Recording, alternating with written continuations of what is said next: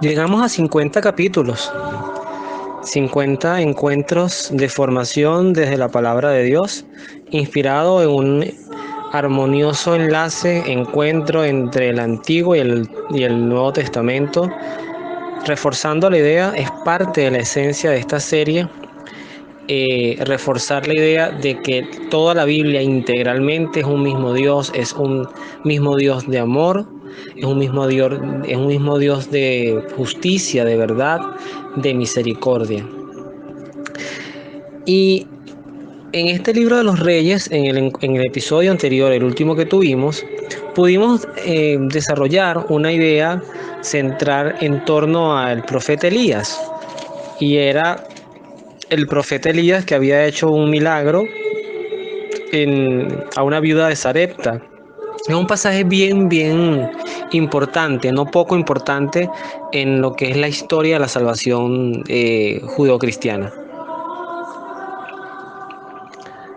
Siguiendo con el libro de los Reyes, Elías va a aparecer como uno de los grandes profetas, y es más, no debemos perder esta idea, porque Elías tuvo el derecho hermosísimo, por así decirlo, el privilegio de ser una de las dos personas en toda la camada de personalidades importantes antes de Cristo, una de las dos personas que estuvo en el momento de la transfiguración, destacando en cierta forma, posicionándolo como un profeta de gran importancia. Recordemos que Moisés representaba la ley y Elías la palabra de Dios, el ser profeta, el anuncio. Por lo tanto, estas dos figuras no son poco relevantes. Y hago esa introducción porque el pasaje que vamos a leer hoy es un pasaje duro de entender. En esencia hasta se puede entender como cruel, exagerado. Pero vamos a tratar de profundizar en él desde lo que la propia palabra de Dios con la asistencia del Espíritu Santo nos pueda guiar. Es un texto largo que yo voy a ir resumiendo, pero quien lo quiera leer completo está referenciado en el primer libro de los Reyes, desde el capítulo 18, versículos del 17, y terminaríamos prácticamente en el 40. Pero yo voy a ir tratando de explicar la historia y de narrándola para que veamos más allá de lo que voy a leer y lo que podemos extraer de esta historia. Dice el texto de hecho se titula El sacrificio del Carmelo, y dice: cuando Ahab vio a Elías, le dijo: ahí vienes, peste de Israel. Contestó Elías: no soy yo la peste de Israel, sino tú y tu familia, que han abandonado los mandamientos de Yahvé para servir a Baal. Vamos a hacer una primera pausa. El Ahab, para que entendamos quién es Ahab, Ahab es un rey de los tantos reyes que tuvo Israel. Recordemos que ya para este momento tenemos los reyes del norte y los reyes del sur. Si estamos hablando de que Ahab era el rey de Israel, quiere decir que era el rey del norte. Y en Judá había otro rey que era Asa, pero no vamos a hablar de Asa, sino de Ahab. Resulta ser que, fíjense lo que destaca aquí Elías inicialmente, es un rey que vamos a hablar en los términos bíblicos, se ha prostituido a otros dioses. El gran karma del pueblo de Israel en estos tiempos van a ser el tema de los Baales, que eran unos dioses ya preestablecidos antes de la tierra prometida. Y era una de las cosas que advertía Josué cuando entra desde el Jordán a estas tierras prometidas, estaban los moabitas, los cananeos, etcétera. Él les advierte: ustedes van a servir a los Baales o van a servir al Dios de Israel, y ellos juran servir al Dios de Israel. Bueno, fíjense ustedes, Ahab, dice Elías, además que le contesta como contesta un profeta. A mí me encanta eso porque el profeta de Dios, el hombre de Dios, al único que le teme, y es por respeto, pero también es digno el temor, es un temor bien merecido, es a Dios. Cualquiera que presuma un poder por encima de nosotros, pues ante la verdad nadie se arrodilla. O sea, nosotros no nos arrodillamos ante ninguna persona, ante ninguna figura que no sea Dios. Porque además a quien obedecemos, dirá San Pablo, primero que las leyes de los hombres está la ley de Dios. Continúo. Una vez que le dice eso, Elías dice: ahora bien, manda a que se reúnan conmigo en el monte Carmelo todos los israelitas y los 450 profetas de Baal que mantiene Jezabel. ¿Quién era Jezabel? La esposa de Ahab. Aquí siempre es importante destacar el gran poder que tienen las mujeres, para bien o para mal, pero sin duda tienen un gran poder. Jezabel es una persona bien importante en esta historia porque además, respetando por supuesto la feminidad, que es una hermosura y que tenemos que verla siempre reflejada en María Santísima, el, el- la imagen de mujer pues, más elevada que puede tener la humanidad referenciada. Jezabel era una mujer despiadada y además una mujer despiadada era una mujer idólatra que contaminó la fe en buena medida del pueblo de Israel. Ahab, fíjense ustedes, tomando las palabras de Elías, convoca a todo el pueblo y a sus sacerdotes en el monte Carmelo. ¿Por qué Elías hace esto? Elías aprovecha el momento para dirigirse al pueblo y le dice: ¿cuándo van a danzar de un pie? ¿Hasta cuándo van a danzar de un pie en el otro? Si Yahvé es Dios, síganlo. Si lo es Baal, síganlo a él. El pueblo se quedó callado. La característica del que habla en verdad es que enmudece a quien le escucha. No pierdan esa frase. Elías dijo entonces: yo solo he quedado de los profetas de Yahvé, es decir, de todos los profetas que tiene Dios solamente quedo yo. En cambio, los profetas de Baal son 450. Que nos den 2 novillos, que uno elijan ellos y el otro que los despedacen y lo pongan sobre la leña para el sacrificio si se prende y prenderles el fuego. Yo haré lo mismo con otro y lo pondré sobre la leña sin prender fuego. Ustedes pues bien rogarán a su Dios y yo invocaré el nombre de Yahvé. El verdadero Dios es el que responderá enviando fuego. El pueblo respondió: está bien. Esto es un debate. Esto es un debate de fe. Elías hace una prueba de fe. Vamos a invocar, haga un sacrificio usted a sus dioses y yo invoco el mío.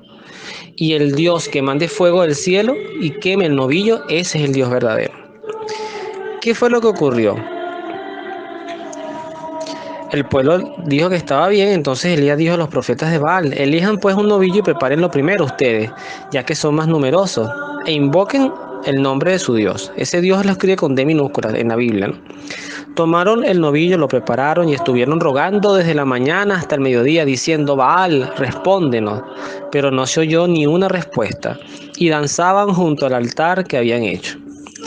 Cuando llegó al mediodía, Elías empezó a burlarse de ellos, diciendo: griten más fuerte, cierto que Baal es el Dios, pero deben estar ocupados, debe andar de viaje, tal vez está durmiendo y tendrá que despertarse. Ellos gritaban más fuerte, según su costumbre, y empezaron a hacer tajos con cuchillo hasta que les brotó la sangre. Pasado el mediodía cayeron en trance hasta la hora en que se ofrecen los sacrificios en la tarde, pero no se escuchó a nadie que les diera una respuesta o una señal de aceptación. Entonces Elías dijo a todo el pueblo: acérquense a mí. Todos se acercaron a él, alrededor del altar de Yahvé, que había sido destruido. Tomó 12 piedras, según el número de las tribus de Israel, a quien Yahvé se había dirigido para darle el nombre de Israel, y levantó un altar a Yahvé. Enseguida hizo alrededor del altar una zanja que contenía como 30 litros. Acomodó la leña, descuartizó el novillo y lo puso sobre la leña. Ordenó entonces: lleven 4 cántaros de agua y échenlos sobre la víctima y sobre la leña. Fíjense ustedes lo que está desafiando aquí Elías. La historia es un poco larga, pero aunque no le perdamos el detalle. Después que haces todo lo que haces, lo mandas a mojar. Intenten ustedes prender carbón para hacer una parrilla que el carbón esté mojado. No les va a prender nunca. O por lo menos yo diría casi nunca. Fíjense ustedes hasta dónde llega la fe de Elías. A la hora en que se hacen los sacrificios en la tarde, se acercó el profeta Elías y oró así: Yahvé, Dios de Abraham, Isaac y de Jacob, que se sepa hoy que tú eres el Dios de Israel y que yo soy tu servidor y que por orden tuya he hecho todas estas cosas. Respóndeme, Yahvé, respóndeme, y que todo el pueblo sepa que tú eres el Dios y que tú conviertes sus corazones. Yo diría que esta oración, me atrevo a decir yo, en un ejercicio de análisis de lo que me inspira la historia, que esta oración fue lo que le ganó a Elías su lugar en la transfiguración.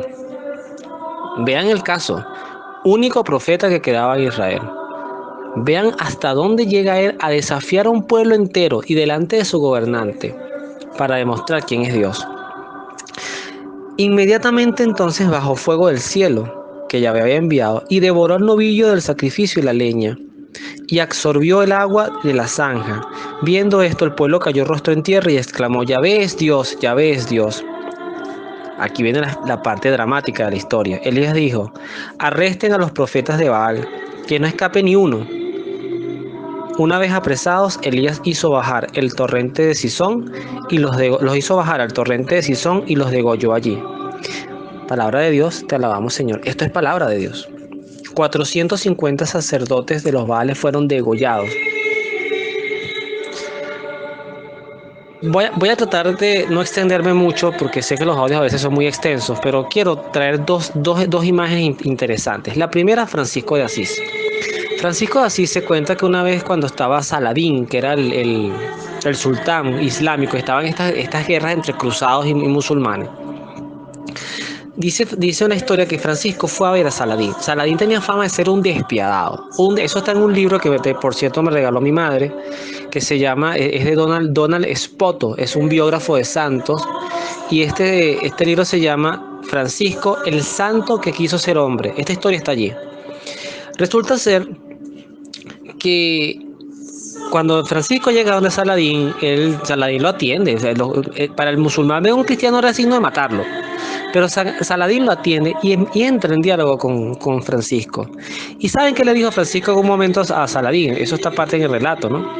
Que prendieran una hoguera y que los imanes, que en este caso serían los musulmanes, se metieran en la hoguera a ver si Dios los protegía. Y él iba a hacer lo propio, es decir, Dios cristiano los protegía. Un poquito emulando lo que está en el libro de Daniel, cuando estos tres jóvenes entraron enviados por Nabucodonosor, fueron enviados a un horno y no se consumían. Pero Saladín no aceptó la oferta y le dijo a Francisco, fíjense ustedes esta parte que creo que era la parte más hermosa, le dijo a Francisco: si todos los cristianos fueran como tú, yo me convertiría. O sea, ese nivel de fe es impresionante. El segundo ejemplo que quiero colocar es lo que pasó en Portugal en el año 1917, en la última aparición, la del 13 de octubre, de la Virgen de Fátima, de la Virgen María en Fátima. Porque ese día había un torrencial aguacero y ella había prometido un milagro para ese día a Lucía, Francisco y Jacinta. Y con el torrencial aguacero que había, que además eso era tierra, eso era piso de tierra, de lodo, ocurre el milagro del sol. Y cuando ocurre el milagro del sol, que está debidamente documentado por periodistas y por testigos, cuando el sol baja, que parecía que les iba a caer encima, nadie se quemó, pero toda la gente que estaba con la ropa mojada, el piso que estaba empapado, todo se secó al instante.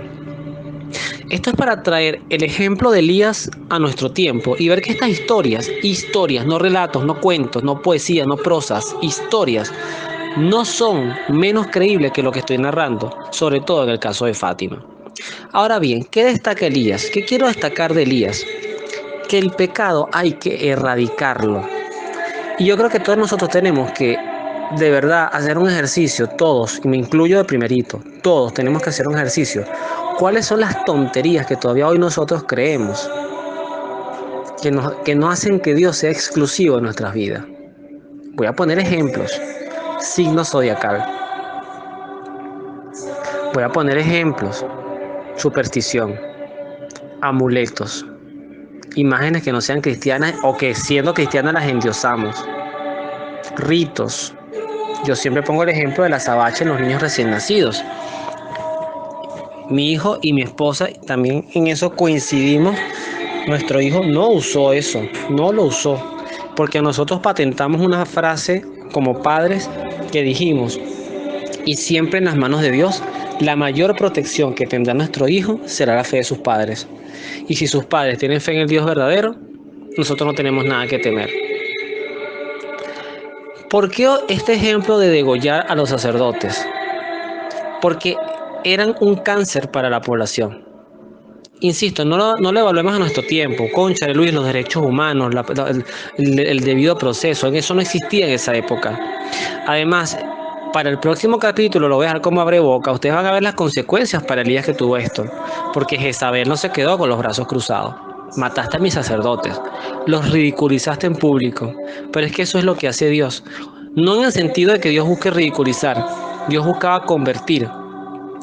Pero a veces le damos tanto poder al demonio, tanto poder a la superstición, a las creencias absurdas, vacías.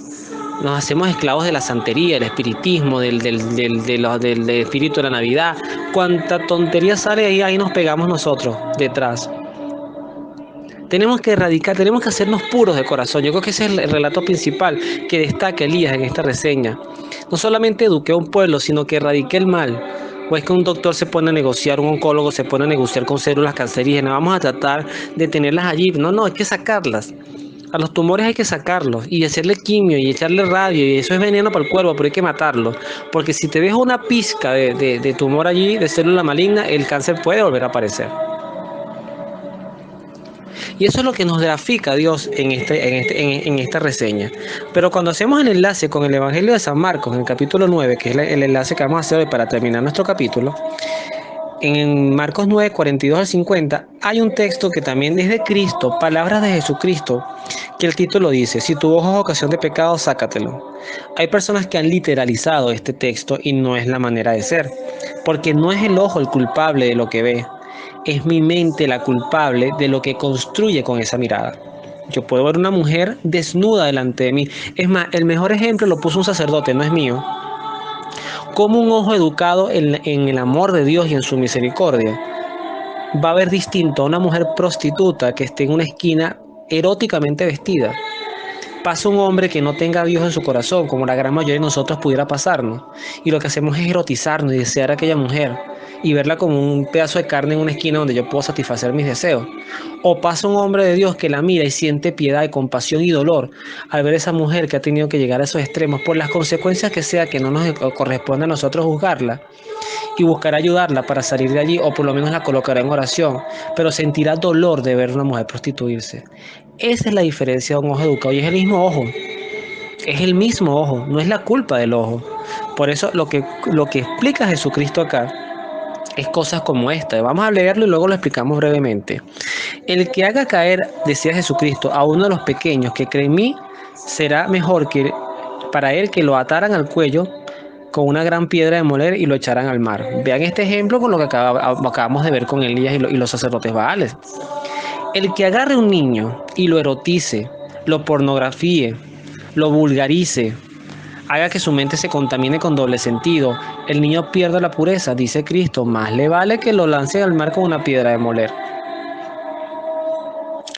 Por eso es que Elías se gana el respeto de Israel y se gana el puesto que se gana ante Dios. Pero luego Jesucristo dice: si tu mano te está haciendo caer, córtatela, pues es mejor para ti entrar con una sola mano en la vida que ir con las dos a la genema, que sería el infierno, al fuego que no se apaga. Vamos a poner ejemplos puntuales. ¿Cuántos dólares, bolívares, euros, oro, propiedades pasan por tus manos? Si mi mano, porque la culpa no es de mi mano, pero si yo con mi mano tomo cosas que no me pertenecen, manoseo personas que no debo manosear, córtatelo, córtatelo, córtatelo de tu corazón y de tu mente. Si tu pie te está haciendo caer, córtatelo, pues es para ti mejor entrar cojo en la vida eterna que ser arrojado con los dos pies al infierno. Mismo ejemplo. ¿Qué pasos estamos siguiendo? ¿Hacia dónde estamos caminando?